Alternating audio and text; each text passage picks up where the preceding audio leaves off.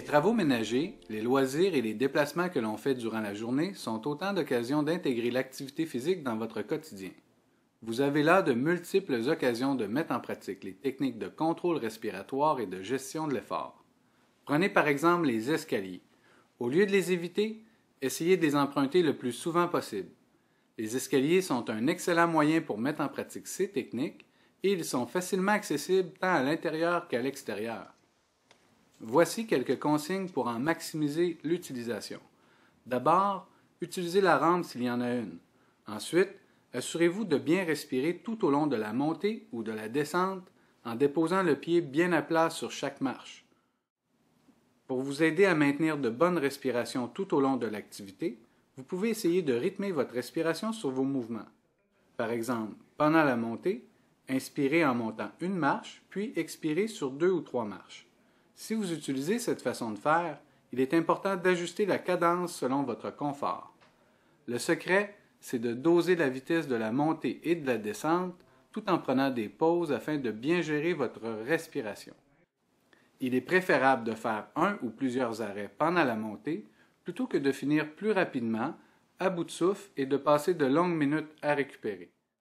Se dépêcher pour finir de monter un escalier lorsque l'essoufflement est déjà trop présent ne fera qu'augmenter l'inconfort. Durant la montée ou la descente, arrêtez-vous et profitez-en pour faire 1 ou 2 expirations à lèvres pincées. Recommencez au besoin. Lorsque votre respiration revient à son rythme naturel, reprenez votre parcours. N'oubliez pas d'utiliser l'échelle de perception de l'effort comme guide pour bien doser votre intensité.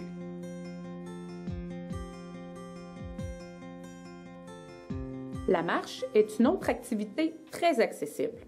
Pas besoin d'abonnement ni de rendez-vous. Une bonne paire d'espadrilles ou de souliers de marche et vous êtes prêt. Allez visiter des amis, allez promener votre chien ou celui du voisin, faites vos courses. Recherchez le rythme qui vous convient le mieux et n'hésitez pas à faire des ajustements nécessaires. Par exemple, pour la respiration, inspirez sur 2 pas, puis expirez sur 3 ou 4 pas. Mais il est possible que votre cadence naturelle soit un peu différente. Un dispositif comme le podomètre peut être une excellente source de motivation. Le podomètre est un détecteur de mouvement que vous portez à la taille et qui comptabilise le nombre de pas que vous faites durant une journée.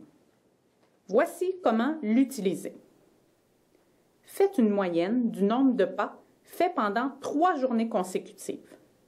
Puis, fixez-vous comme objectif d'ajouter de 500 à 1000 pas par jour selon vos capacités. Maintenez ce rythme de 1 à 3 mois. Par la suite, ajoutez de 500 à 1000 pas supplémentaires à chaque mois. Ayez comme objectif de faire au moins 5000 à 6000 pas par jour. À titre d'information, sachez que l'on peut emprunter un podomètre dans plusieurs bibliothèques de la région de Québec. L'expérience le prouve, le seul fait de marcher une trentaine de minutes par jour vous apportera énormément de bienfaits. Ajoutez à cela un programme d'exercice et vous vous sentirez beaucoup mieux. L'important, ce n'est pas d'ajouter des années à la vie, mais de la vie aux années.